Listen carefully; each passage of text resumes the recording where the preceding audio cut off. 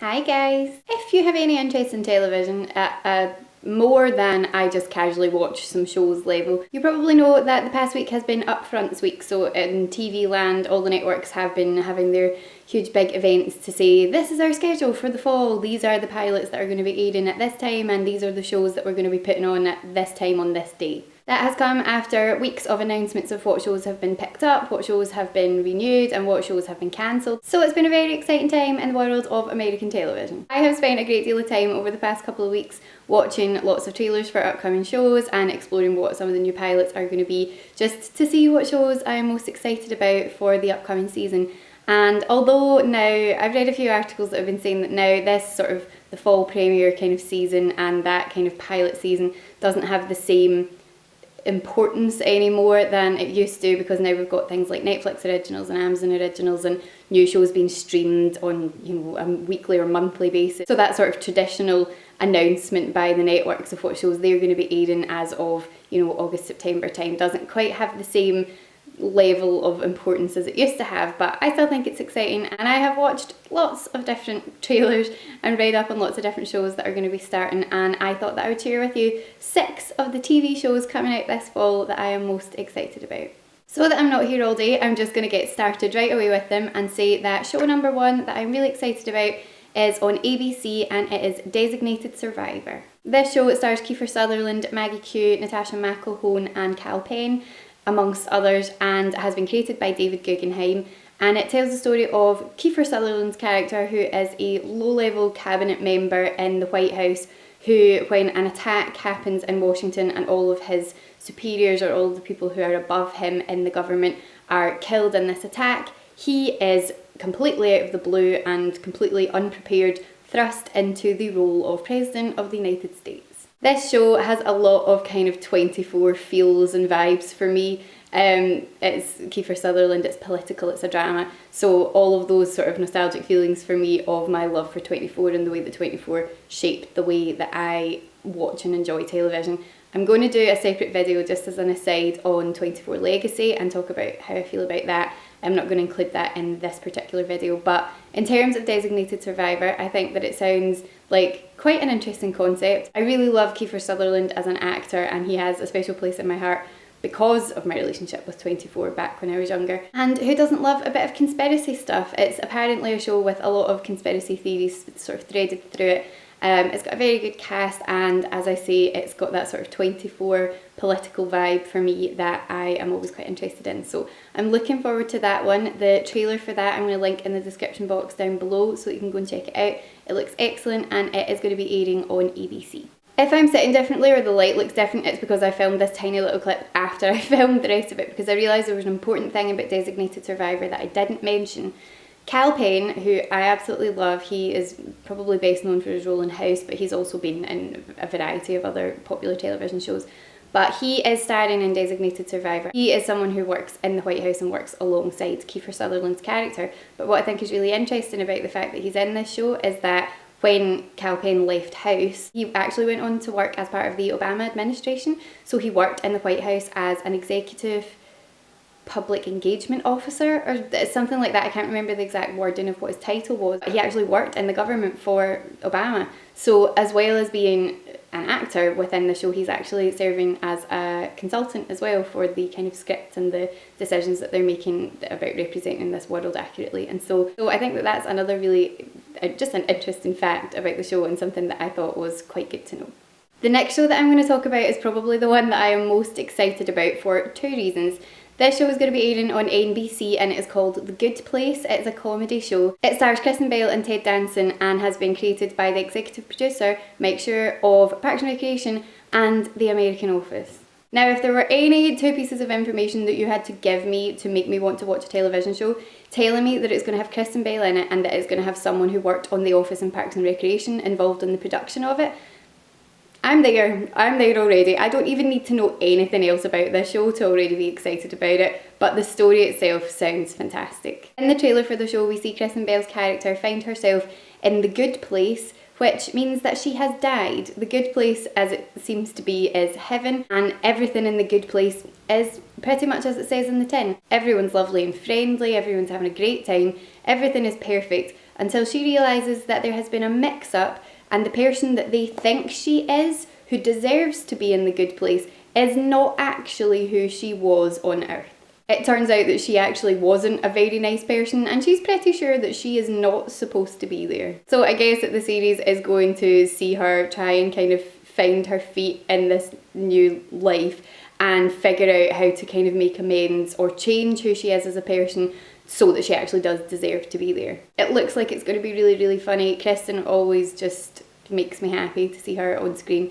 So I think that that's going to be a really good one, and as I say, the fact that it is being created and produced by people who worked on two of my favourite comedy shows of all time says a lot. Moving on, but sticking with NBC, there's another show that is going to be starting called This Is Us, and it stars Milo Ventimiglia, Mandy Moore, and a whole bunch of other people, and has been created by the people behind one of my favourite romantic comedy films of all time, Crazy Stupid Love.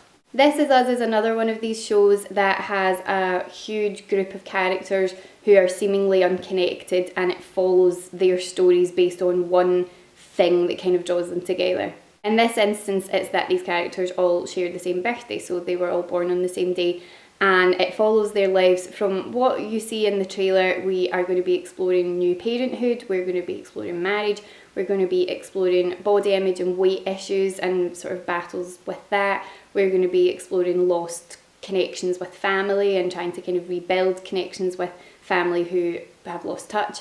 And it just looks like it's going to be one of these quite lovely, heartfelt, emotional types of shows that I really, really enjoy. It's probably not going to be everyone's cup of tea, but I think that the trailer looks really, really strong. I like a lot of the actors who are in this. I really like Milo Ventimiglia. He is someone who, from Gilmore Girls way back in the day, I have been a fan of, and so I am feeling pretty positive about that one. The next show that I'm excited about is going to be airing on Fox, and it is called Pitch. This is a show starring Kylie Bunbury and tells the story of a first American professional female baseball player, and the pilot episode, from what you see in the trailer, really is exploring her first match. And her, do you call it a match? I don't really know anything about baseball. Game? I guess it's game. So it's her first game as a professional player on a team surrounded by men, exploring her childhood and her relationship with her father and the training that she did to make her able to kind of play in the way that the men play baseball. It looks as if it's going to be really intense, and what's more, it is based on a true story, so I always think that it's interesting to see shows that are based on true events and see how they kind of tackle that. One criticism that I have of this is that I feel like I've seen the pilot already. If you watched the trailer, which I will link in the description box below alongside all the others, and you want to leave me a comment and let me know if you agree, I feel like of all of them, like all of them are pretty lengthy trailers, so you're getting like 3-4 minutes of trailer.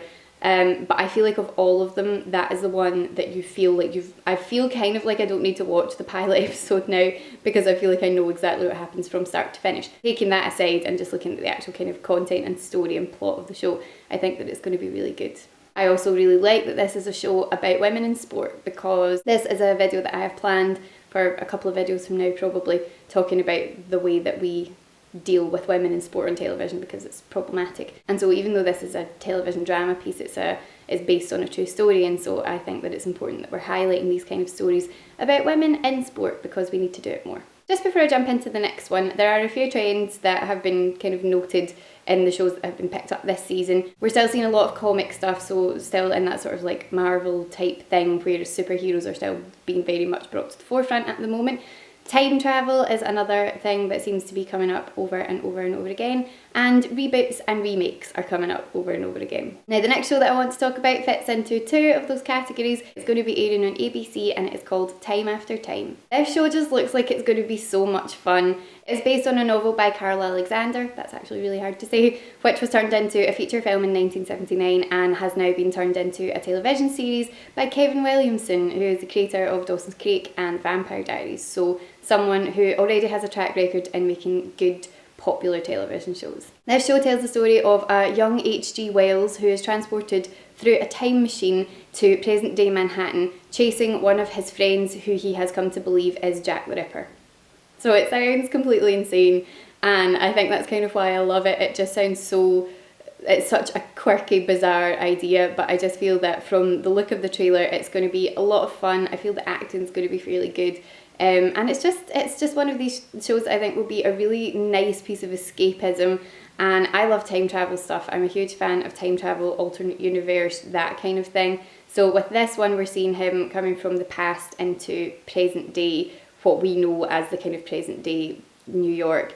And I just think it's going to be a lot of fun, so I'm looking forward to that one. This one stars Freddie Stroma and Josh Bowman, who both look like they're going to be pretty good in the roles that they're in. It's going to be a comedy, it's going to have some romance thrown in there, and I just think that this is going to be really good fun. So watch the trailer below and let me know what you think. And last but not least, this is another time travel comedy show. This is going to be airing on Fox, and it's called Making History, and it stars Leighton Meester and Adam Pally. Now, I will admit I was drawn to this show for the time travel and the Leighton Meester elements of it, but having watched the trailer, it looks like it's going to be really, really entertaining. This is a story about two friends who travel back and forward in time. There's a moment in the trailer when the second friend who finds out about this is questioning what they're doing, and it's absolutely hilarious. I already feel like the script for this show is going to be very good. And so they travel back in time. The first friend, who's played by Adam Pally, has been travelling back and forward in time for a while, but his friend then joins him, and they are travelling back to significant moments in history to kind of try and find out the truth about what happened without, I think, causing any sort of butterfly ripple effect. Leighton Meester plays a colonial woman who they meet in the past and who Adam Pally's character has a relationship with. Her character seems like she's going to be really kick-ass and feminist and fantastic, despite the fact that she's in this colonial time. So EW had reported that Leighton Meester plays a colonial woman during the Revolutionary War whose modern views on gender and racial equality don't quite play in 1775. So I feel like this is just going to be amazing to see. I think Leighton Meester is such an incredibly talented actress. I absolutely love her.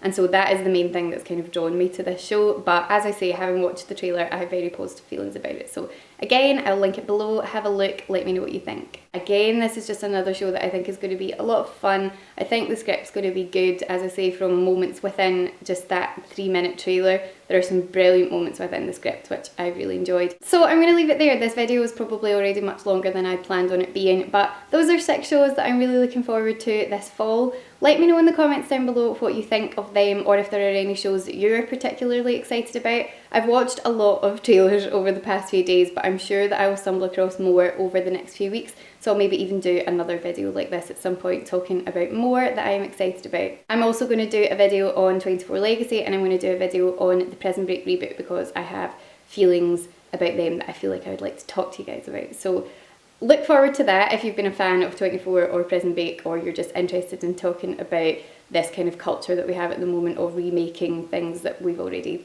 seen relatively recently or bringing things back. Let me know in the comments what you're excited about, if you've seen any show trailers or heard about anything that is coming up that you're excited about, or just what shows you're excited have been renewed, because there's been a lot of good ones this year. Thanks so much for watching, guys. I hope that you're having a great day, and I'll speak to you again soon. Bye! So the question that I really want to ask today, which is evident from the fact it's the title of this video, is should we hold TV writers to ransom?